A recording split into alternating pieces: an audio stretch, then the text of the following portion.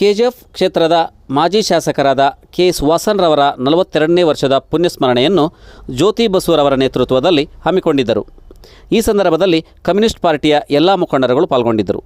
ಇಂದು KGF ವಿಧಾನಸಭಾ ಕ್ಷೇತ್ರದ ಶಾಸಕಿ ಶ್ರೀಮತಿ ರೂಪಕಲಾ ಎಂ ಶಶಿಧರ್ ಅವರು ಗಟ್ಟುಮಾದಮಂಗಲ ಪಂಚಾಯಿತಿಯ ಕೆಂಪಾಪುರ ಗ್ರಾಮಕ್ಕೆ ಭೇಟಿ ನೀಡಿ ಸಾರ್ವಜನಿಕರ ಸಮಸ್ಯೆಗಳನ್ನು ಆಲಿಸಿ ಪರಿಹರಿಸುವುದಾಗಿ ತಿಳಿಸಿದರು.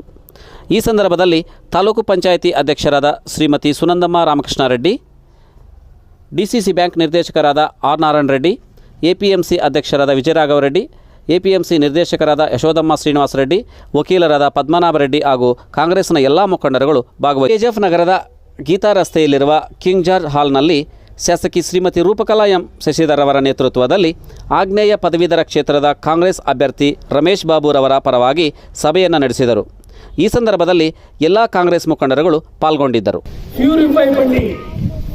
குடிக்கிறதுக்கு லேண்ட்ல ஒரு லேண்ட் மண்ணு ஊறணும், அப்பதான் போர் வாட்டர் ரைஸ் ஆகும்னு சொல்லி கேசி வேலி ப்ராஜெக்ட்னு சொல்லி பழுப்பு பிரச்சனை வந்திருக்கிறாங்க. குடிக்கிற தண்ணி வர்றதில்லை.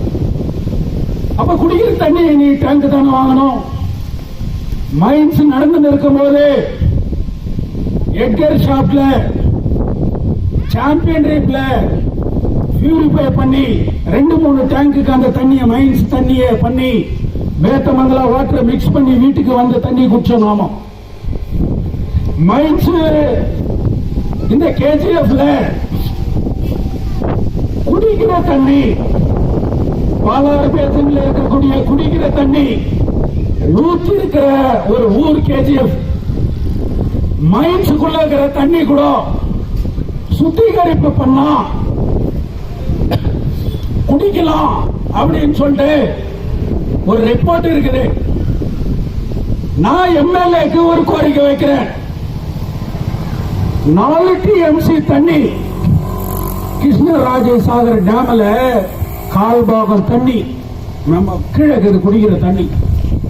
இந்த தண்ணிய பியூரிஃபையர் மிஷின் போட்டு நீ மைன்ஸ் நடத்துறேன்னு சொல்ற பிரகலாத் ஜோஷி, வாட்டரை எடுத்து இந்த வாட்டரை பியூரிஃபை பண்ணி குடிக்கிற தண்ணியை கொடு, விவசாயத்துக்கு தண்ணியை கொடு, ஏன் கழிவு நீர் எடுத்துட்டு வர அப்படின்ற ஒரு கோரிக்கையை இந்த நேரத்தில் நான் வைக்கிறேன்.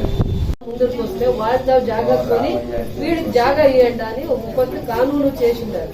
మీకు దాంట్లో ఎందుకు చాలా దినాలు ఇంకా ఊర్లో జాగా లేదు, తోటలో ఇల్లు కట్టుకుంటారు. మీరు అడిగితే ఒట్టు కుటుంబంలో ఉంటుంది, అందరికీ ఆ ఇల్లు సాలేదు. అట్లా వాడికి కూడా ఇది ఒక ఆలోచన మంచిది ఉంది. మీకు లేక ఉండే అట్లా వాళ్ళు ఒక అర్జీ ఇవ్వాలి, నాకు నేళ్ళు ఇంకా ఈ ఊర్లో ఉంటాను, నాకు సైట్ లేదు. ఆడబిడ్లకే అది అలాట్ చేసేది, వాళ్ళకే ఇల్లు కట్టుకునేదానికి పంచాయతీలో ప్రావిజన్ ఉంటుంది.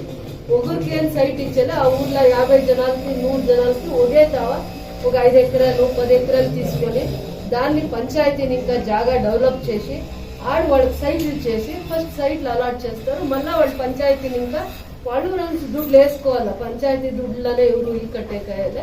ఇట్లా విచారాల్లో మీకు చెప్పింటే కదా మీ కల్లా ఉంటుంది, మీరు ఇంకెవరికైనా నలుగురికి చెప్పేకైతుంది. ఇట్లా ఒక ప్రోగ్రామ్ ఉంది, దాన్ని చేయాలని నేను వీళ్ళకి అందరికీ ಜವಾಬ್ದಾರಿ చేస్తున్నాను.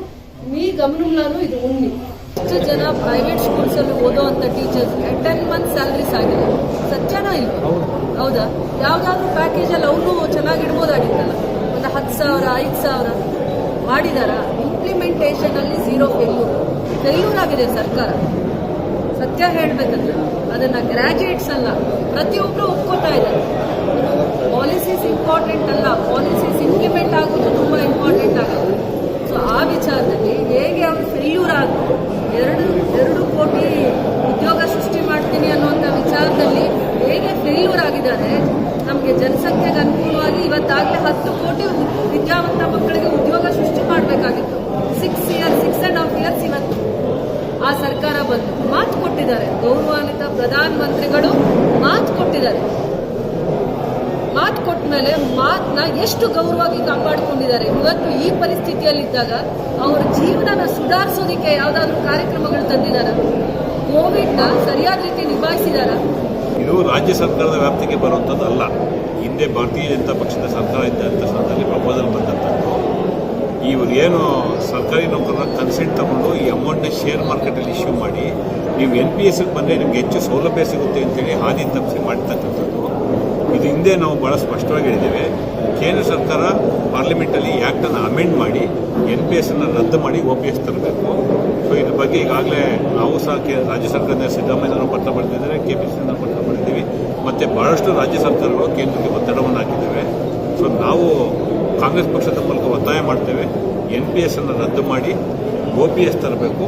ಸರ್ಕಾರಿ ನೌಕರರು, ಅರೆ ಸರ್ಕಾರಿ ನೌಕರು ಅಂದರೆ government as well as pro government ಏನೇನಿದೆ ಡಿಪಾರ್ಟ್ಮೆಂಟ್ಸು ಎಲ್ಲವನ್ನೂ ಇದನ್ನು ತೊಗೊಂಬರ್ಬೇಕು, ಇನ್ಕ್ಲೂಡಿಂಗ್ ಏಡೆಡ್ ಇನ್ಸ್ಟಿಟ್ಯೂಷನ್ಸು ಎಲ್ಲರಿಗೂ OPS ತರಬೇಕು ಅನ್ನೋದು Congress party demand. Thank you for watching. Please subscribe our channel and press the bell icon.